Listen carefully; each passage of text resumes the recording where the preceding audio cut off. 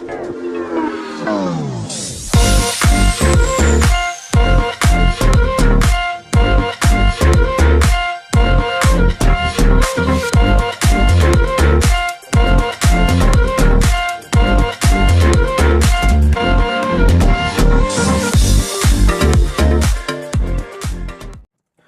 semua, salam sejahtera Malaysia. Saudara-saudara, selamat datang ke channel Fels Lifestyle.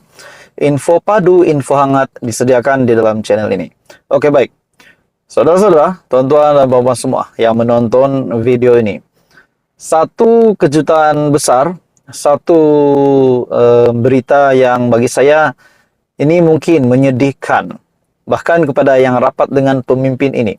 Saya boleh katakan ini pasti membuat Presiden PAS, timbalan Presiden PAS, kepimpinan PAS, dan seluruh PAS, bahkan kepada seluruh ahli politik, pasti bersedih mendengar berita ini. Ustaz Azhar Idrus dimasukkan ke hospital. Penceramah bebas Ustaz Azhar Idrus, atau lebih dikenali sebagai Ustaz UAI, kini menjalani sebuah hospital dipercayai mengalami masalah kesehatan yang membabitkan paru-paru dan jantung. Perkara itu menyebabkan kuliah maghrib yang sepatutnya berlangsung di Masjid Kampung Bukit Tadok, Kuala Telembung, Terengganu semalam terpaksa ditangguhkan pada waktu lain. Ditangguhkan atas sebab kesehatan. Doakan kesembuhan buat Murabi Ustaz Azhar Idrus, kata hantaran Facebook Ustaz Azhar Idrus. Dalam pada itu, beberapa tokoh agama dan pemimpin politik mendoakan kesejahteraan dan kesembuhan dengan masalah kesehatan yang dihadapi Azhar Idrus. Antaranya seorang tokoh agama Indonesia, Sheikh Muhammad Nuruddin Marbu, yang kini dalam mengadakan siri jelajah ke Terengganu berkesempatan menziarahi Ustaz Azhar Idrus yang kini sedang menjalani rawatan. Selain itu juga pengerusi jawatan kuasa kebajikan, Pembangunan Wanita dan Keluarga, dan Perpaduan Nasional Terengganu, Hanafi Ahmad, menerusi satu hantaran Facebook mendoakan kesehatan Azhar Idrus. Semoga kembali sehat seperti sedia kala buat Murabi Ummah, Ustaz Azhar Idrus, tulis beliau. Malah warganet juga turut mengajak semua umat Islam agar semua mendoakan dikurniakan supaya Ustaz Azhar Idrus dikurniakan kesempurnaan kesehatan. Jadi saudara-saudara, ini bagi saya satu lagi kabar yang mendukacitakan, dan saya rasa kita sebagai rakyat Malaysia kita patut berdoa supaya Ustaz Azhar Idrus akan cepat pulih, akan sembuh sepenuhnya, dan kita berdoa supaya tiada perkara-perkara berbangkit yang teruk berlaku, namun kita berdoa supaya beliau akan terus sehat. Jadi bagi saya saudara-saudara, ini satu kejutan besar untuk Presiden PAS juga, disebabkan beliau adalah seorang ustaz ataupun saya boleh katakan seorang pemimpin yang berpengaruh di Malaysia juga. Jadi apa komen Anda? Teruskan bersama dia dalam channel ini untuk perkembangan yang lain. Jangan lupa tekan butang like, share, dan subscribe. Hai semua, salam sejahtera Malaysia. Selamat datang ke channel Fels Lifestyle. Info padu, info hangat disediakan di dalam channel ini. Oke, saudara-saudara, tuan-tuan dan puan-puan. Hari ini kita digemparkan dengan satu kenyataan daripada SPRM.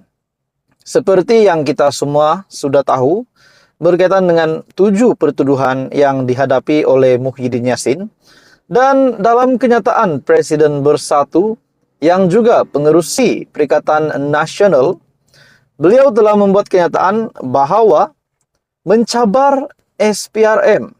Makna kata mencabar Tan Sri Azam Baki dan pegawai-pegawai SPRM, Suruhanjaya Pencegahan Rasuah Malaysia, untuk menyiasat juga dana politik ataupun menyiasat parti UMNO dan juga PKR, menyiasat Datuk Seri Anwar Ibrahim, menyiasat Ahmad Zahid Hamidi, yang juga mereka berdua adalah Perdana Menteri dan Timbalan Perdana Menteri. Hari ini pula, saudara-saudara, kenyataan yang besar mengejutkan daripada SPRM. Dalam satu artikel dari Sinar Harian, SPRM sedia siasat jika berlaku elemen rasuah. Suruhanjaya Pencegahan Rasuah Malaysia bersedia untuk menjalankan siasatan ke mana-mana pihak, termasuklah parti politik, asalkan aduan yang diterima menunjukkan berlakunya elemen rasuah dan salah guna kuasa. Menurut Ketua Pesuruhjaya SPRM, Tan Sri Azam Baki, secara prinsipnya, pihak SPRM perlu memastikan wujud elemen rasuah sebelum melaksanakan apa-apa tindakan. Sekiranya nak jalankan siasatan ke atas mana-mana pihak, pertamanya sekiranya aduan itu tunjukkan kesalahan rasuah itu berlaku atau tidak. Tak kisahlah daripada parti manapun, kerana yang penting kita kena siasat dan yang pentingnya adakah parti itu melakukan kesalahan rasuah. Itu kenyataan daripada Tan Sri Azam Baki pada sidang media sempena Majlis Perbarisan Tamat Latihan Kursus Asas Pegawai SPRM di Kompleks SPRM Negeri Johor, Tampoi pada Khamis.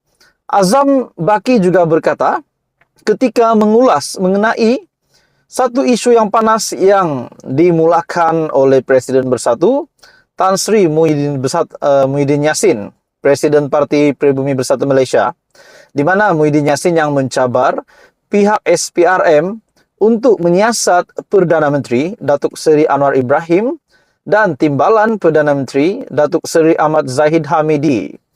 Azam Baki menjelaskan, pihaknya juga sentiasa menunggu aduan dan maklumat sebelum melaksanakan apa-apa tindakan. Jika mengikut akta kami, jika parti A menerima apa-apa sumbangan tetapi pemberian itu daripada pihak yang ada kepentingan dengan kerajaan pada ketika itu, maka ia diklasifikasikan sebagai satu kesalahan rasuah dan perlu disiasat oleh SPRM. Sementara itu, dalam Majlis Perbarisan Tamat Latihan kursus berkenaan, seramai 59 kadet SPRM telah mengikuti kursus asas berkenaan. Jadi, saudara-saudara, kenyataan daripada Azam Baki, beliau menjelaskan pihaknya juga sentiasa menunggu aduan dan maklumat sebelum melaksanakan apa-apa tindakan. Jadi, apa yang berlaku kepada Bersatu hari ini, setelah Muhyiddin Yassin yang berhadapan dengan 7 pertuduhan, akhirnya Muhyiddin Yassin mencabar SPRM untuk menyiasat juga dana politik, menyiasat juga Perdana Menteri dan Timbalan Perdana Menteri. Dan pada akhirnya Azam Baki telah membuat kejutan dengan mengulas berkenaan dengan kenyataan Muhyiddin Yassin, di mana SPRM sedia siasat jika berlaku elemen rasuah. Apa komen Anda?